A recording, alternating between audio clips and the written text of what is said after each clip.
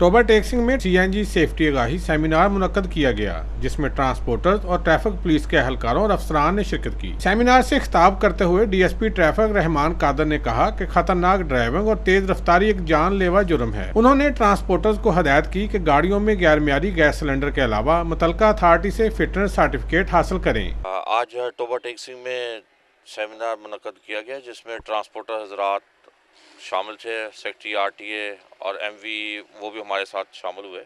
इस मौका पर आरटी सेक्रेटरी अक्सा गफूर ने कहा कि तमाम गाड़ियों में सीएनजी सिलेंडर लगाने के लिए हर 6 माह बाद मुतलका अथॉरिटी से पास करवाना जरूरी है। उन्होंने मजीद कहा कि पब्लिक सर्विस गाड़ियों में ज्यादा से ज्यादा 2 सिलेंडर लगाए जा सकते हैं और किसी भी हादसे से बचने के लिए आग बुझाने वाले आलात गाड़ी में नस्ब होने चाहिए। सेमिनार के इख्तिताम पर मुकर्रीन ने इस बात पर जोर दिया कि अवाम की जानो माल का तहफ़्फ़ुज़ हमारी अव्वलीन तरजीह है और कानून की खिलाफ वर्जी करने वालों के खिलाफ सख्त कार्रवाई अमल में लाई जाएगी। कैमरामैन रशीद अंजम के साथ सुल्तान महमूद, टोबा टेक्सिंग।